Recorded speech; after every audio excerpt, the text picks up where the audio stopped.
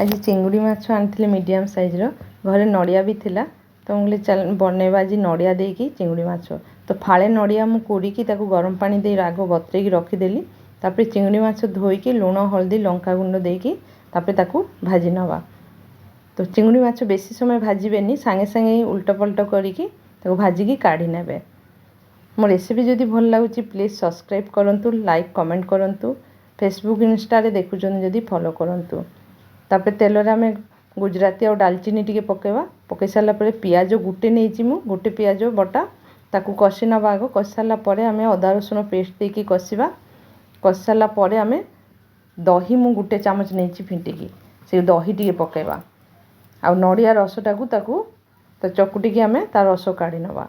आलू चाहिए आपन दे पारिबे नदेले भी चलिबो। के केमिति बनाउचंती प्लीज कमेंट रे कहंतु और ट्राए करंतु जे बनै नांते एक बार। सतर बहुत टेस्टी लगे खाया पे। बेंगली रे कहउचंती मालाइकारी, चिंगड़ी माछर मालाइकारी।